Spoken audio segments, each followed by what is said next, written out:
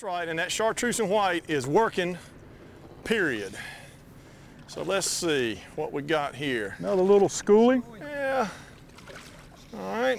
Might need to count a little bit more than 20 the next time. Yeah. But still, they're just absolutely beautiful. What the man say, Tommy, it might get better than this, but this is not a bad place to hang out till better shows up.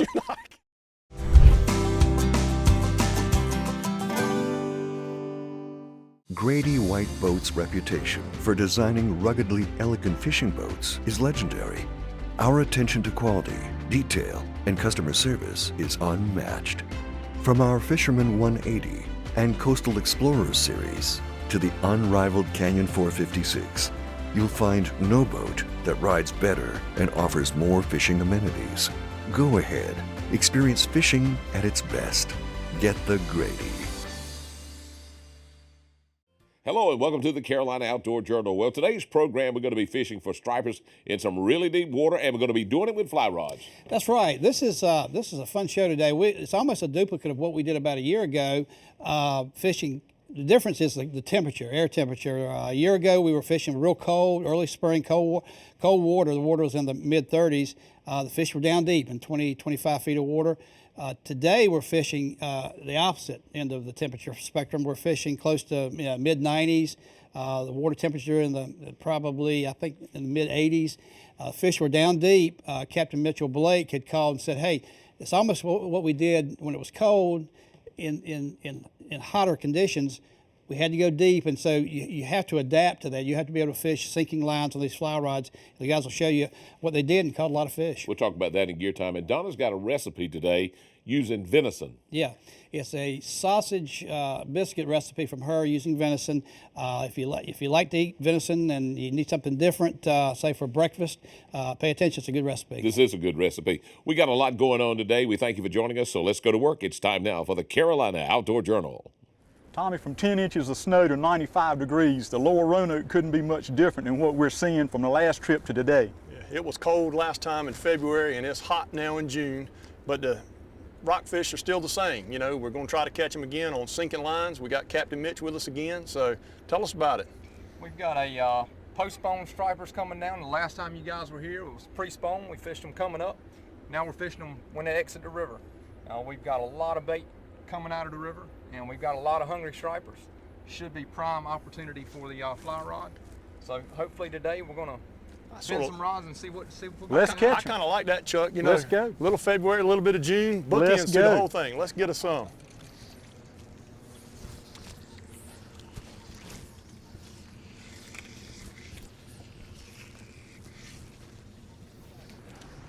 Tommy, we're using 275, 300 grain lines, but you're using about a, 20, 25 second countdown to get to these fish. Yeah, that's right. And, you know, we've gotten a bite or so already on the 20, 25 second count. And it's just a matter of sort of finding them, Chuck. You got to get you got to find the right combination of countdown and you strip back to get a bite.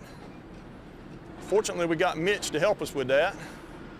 All right, well, Chuck, you know, when we were here the last time, I was using a 10-weight rod with a 400 and 450 grain sinking line. This is a 7-weight, and I'm telling you, with 2 fish on there, that is a lot of pullage, an awful lot. Look at that. This pretty much adds a new dimension to being doubled up. I'm telling you, doesn't it, though? And the question is, Tommy, with those 2 flies, you're not sure whether you got 1, 2, or 4. Oh, yeah, one great big one. For these fish. Look out, Tommy There Bennett. we go. Tell you what, Mitch, take that one out before we get the other one out of the water. Look at you, Tom Tom. Yes, sir. I could get to like this. Yep. I could get to liking this. Let's see. You're holding back on us now. Do this right. Nice fish, Tommy. Here. Nice fish. Yeah. Get him off and head first. That's We get him back. It's hot. We want to get them back in the water as quick as we can. And we're fishing barbless, of course. Definitely. Mitch, you are the man, buddy. I'm gonna take that all day long, Chuck. This is just right. This is just right. All right, Chuck, we switched now from the double fly rig to the single fly rig. And going, you know, with the chartreuse and white because of the clarity in the water, Mitch says after looking at the bottom machine, we've got bigger fish on the bottom, and that single fly will get down, we think, a little bit closer to the bottom. Hopefully we can catch a little bit nicer fish here.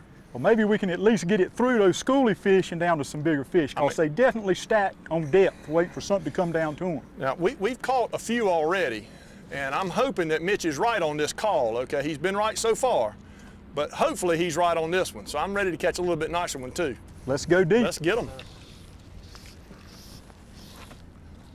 Felt like a nibble right there. Go ahead, Chuck. Hey, Chuck, there he is again. Tommy, Tommy, Tommy, look at you. I know Captain Mitch has been right on his call so far. You're making your mama proud, buddy. That's right, and that chartreuse and white is working, period. So let's see what we got here. Another little schoolie. Yeah, all right. Might need to count a little bit more than 20 the next time. Yeah. But still, they're just absolutely beautiful. What the man say, Tommy, it might get better than this, but this is not a bad place to hang out till better shows up. You're not kidding. You are not kidding. I am ready for some more of that now. Whoa. You're catching up. I'm back in my element, boys. I got to get on the ball here. There's never been a fly rod that looked any prettier than one does with a bend in it just like that. Particularly if you're at the other end. Is that If what you're I'm telling me? holding it, it's even better. I hear you. Oh, that Look was at a rockfish Chuck. They're busted jumping right there. right over here behind us.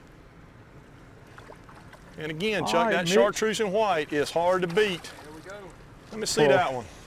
If chartreuse and white won't catch a rockfish, Tommy, it's hard to do You're anything with. not kidding. I just missed one. Typical size schoolie fish. Not paying attention. Post spawn.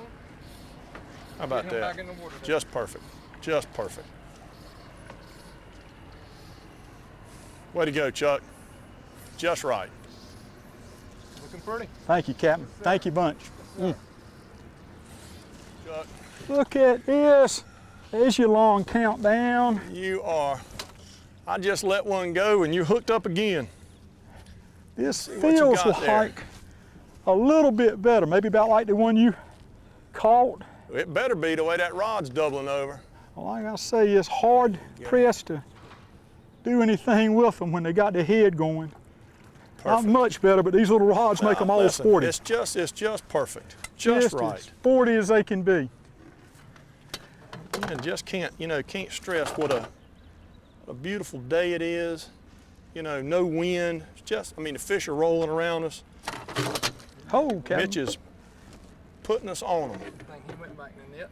Chuck, I'm gonna go out on a limb here and say he ate that one, okay? Well, that was that 30 count. I He don't, like ate I that say, one. He wanted it. There's How no about doubt. that? He did want it. I did all my fingers and toes and started over again since y'all wouldn't take a shoe off. That's right. That's right. Well, I just wanted on the record that was smaller than the last one that I caught. Oh my! All right. Tommy, I tell you, they're all around us. Yes, sir. I mean, you can hear them popping. All right, Chuck, there you go.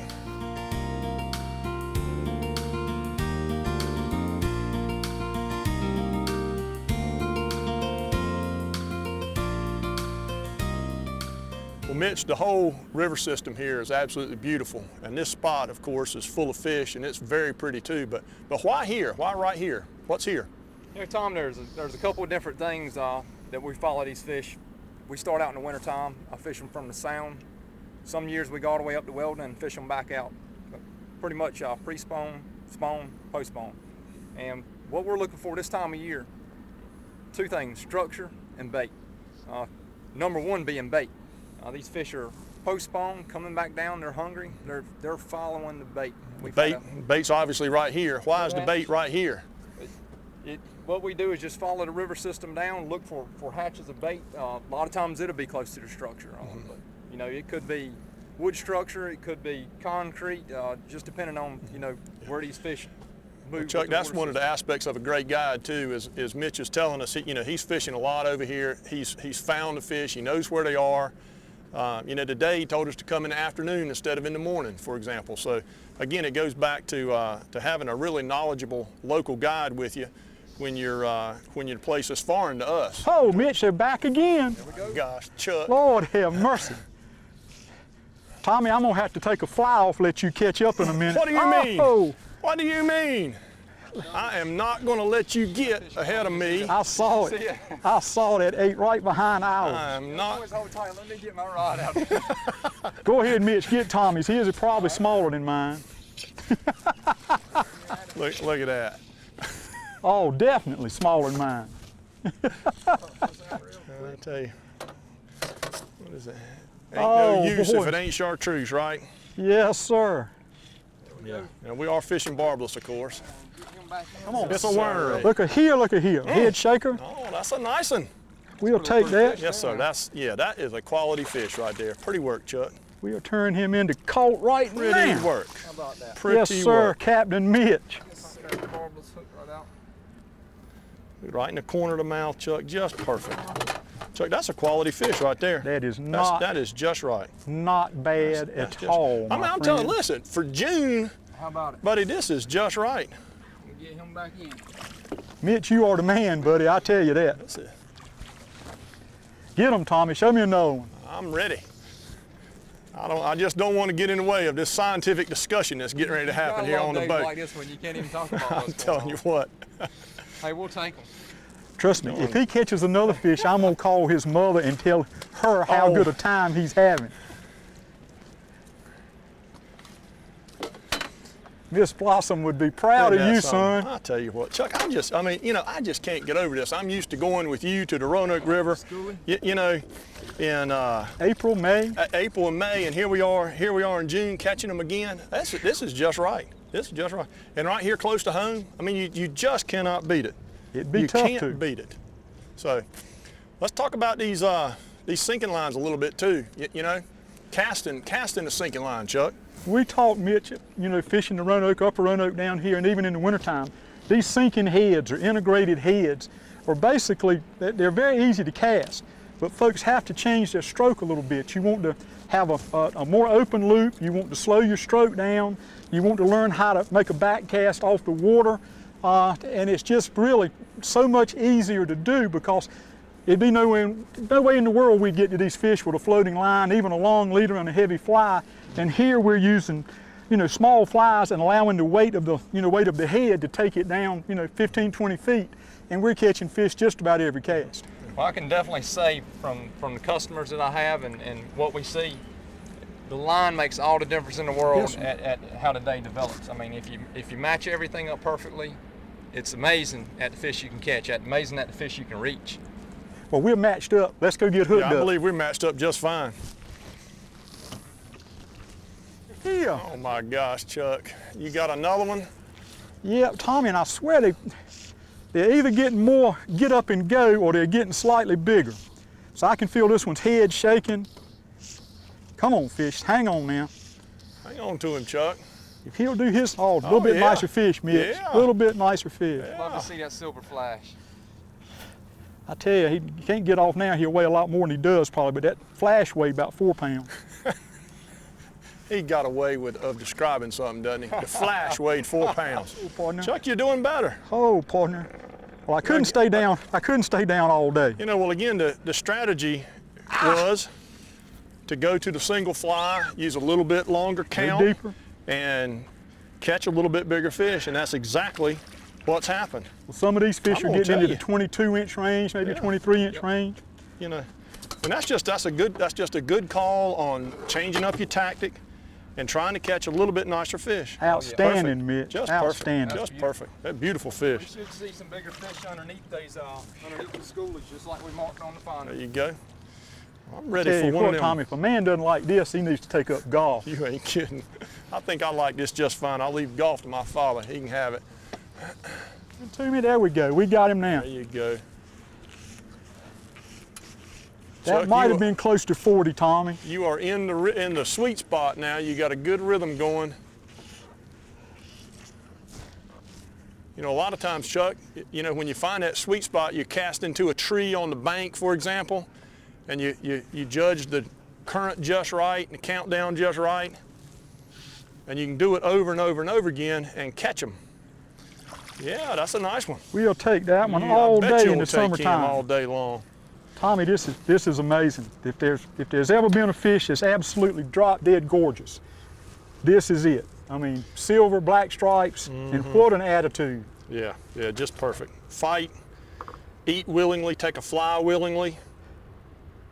How about that? And if we take care of them, they come back every year. Every year. How about that? Beautiful, beautiful, beautiful. Pretty work again, Mitch. Yes, sir. That's getting old, buddy, telling you pretty work. Yeah. Way to go, Chuck. We caught some fish that day. Joe, let's talk about the handling of the fish. Real important. In those conditions, it really is. And you notice they were using barbless hooks, and they release the fish quickly. And that's the big thing. Where these fish are in deeper water, it's cooler, and of course, getting up, the surface is warmer, and so you don't want to play them very long. Have the right equipment to do that with, but loads of fun. And these fish were post-spawn fish, meaning they just come back from Weldon, and with an area that they held for several weeks. He was had some good fishing in there for a couple of weeks until they dispersed out into the Sound. But a lot of fun, and like I said, if you using a fly rod, if you use the sinking lines to get in that deeper water, you can get to the fish. Let's go to Gear Time and find out more.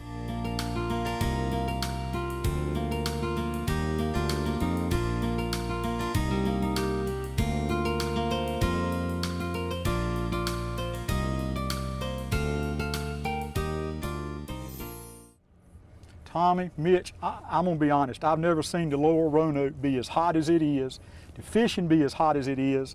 This afternoon was outstanding. We came down here with 7-weight TFO, little BVK rods, came down with 300 and 250 grain sinking integrated heads and short leaders, and just had an absolute blast, starting out with 2 different rigs. That tandem rig's Yeah. something you love. That tandem rig is a new thing for me, and at Mitch's suggestion, we used it to try to locate the school of fish, and we were catching them, as you say, four at a time, and it was great. That chartreuse and white Clouser minnow really did a number on them today, and of course you can catch anything on it. It just performed beautifully today. Mitch, we switched there at some point in time too from the tandem rig to the single fly rig. So what was the thinking behind that? Well, Tom, whenever we were throwing the tandem, basically trying to locate these schooling fish coming back down, and we were hooking up 4 at a time, and I saw that there were some larger fish underneath those schoolies. So basically we cut a fly off, and we tried to get that fly a little bit heavier down below the schoolies and pick up some better quality fish. And Chuck, it worked. No doubt, guys. I'm gonna tell you, this is just an amazing trip. Like I've said before, it may get better than this, but this is a heck of a place to spend some time until better shows up. Mitch, this has been a blast, buddy. I can't tell you how much I've enjoyed it. It's been my pleasure, Chuck. Yeah. As always, Mitch, Tom. Great job. Yes, sir. Great job. Thank you so much. A lot so of fun today too. Glad you guys enjoyed it. Yes, sir. Thanks for that information. I'd like to share Mitchell Blake's number with you. If you'd like to go fishing, give him a call. Now, let's catch up with Donna. She is in the kitchen with a recipe today using venison and just adding a biscuit to it.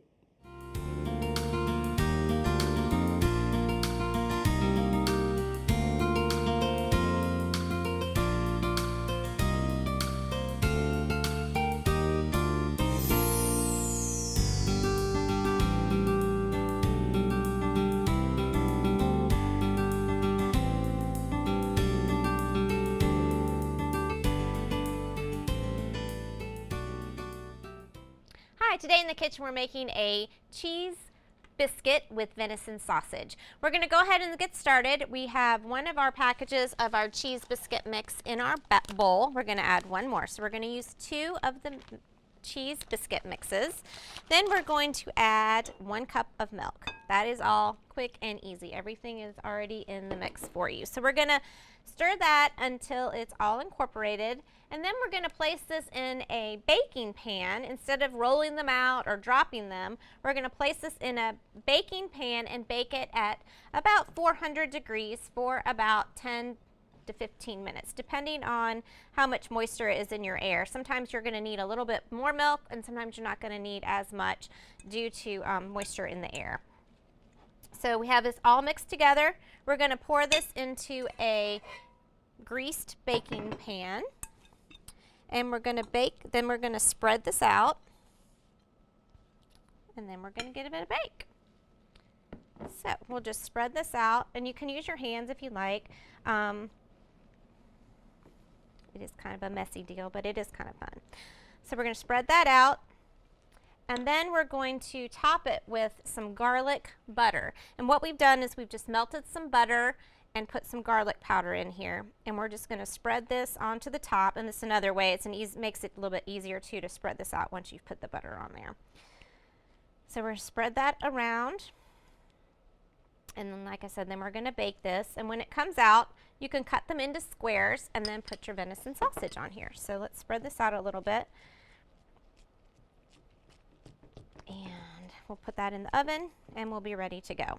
So we'll put that aside. So once it comes out, then we have these great squares, and what we can do with that is we're going to cut them in half and place some of our bold and zesty sauce in. We're going to spread some bold and zesty sauce on top. So we're just going to spread that on top of each of the cuts.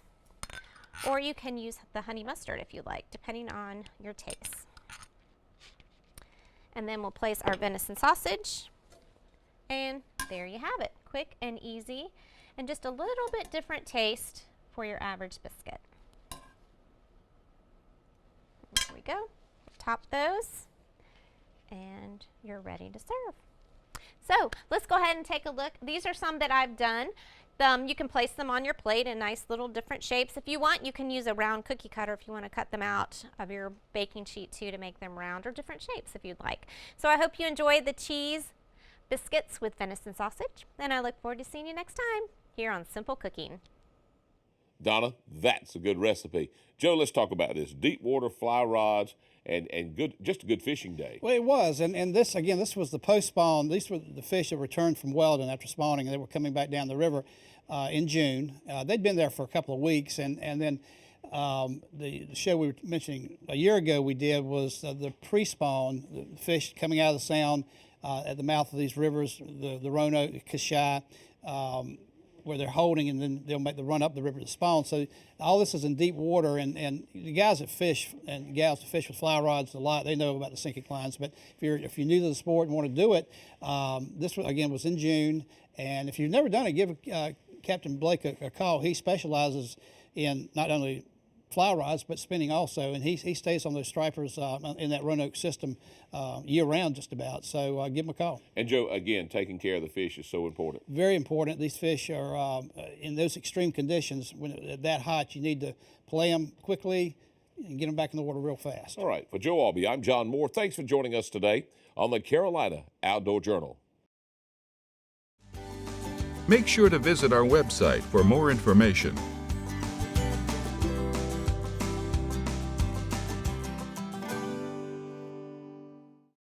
Grady White boats are known for uncompromising quality through exceptional attention to detail.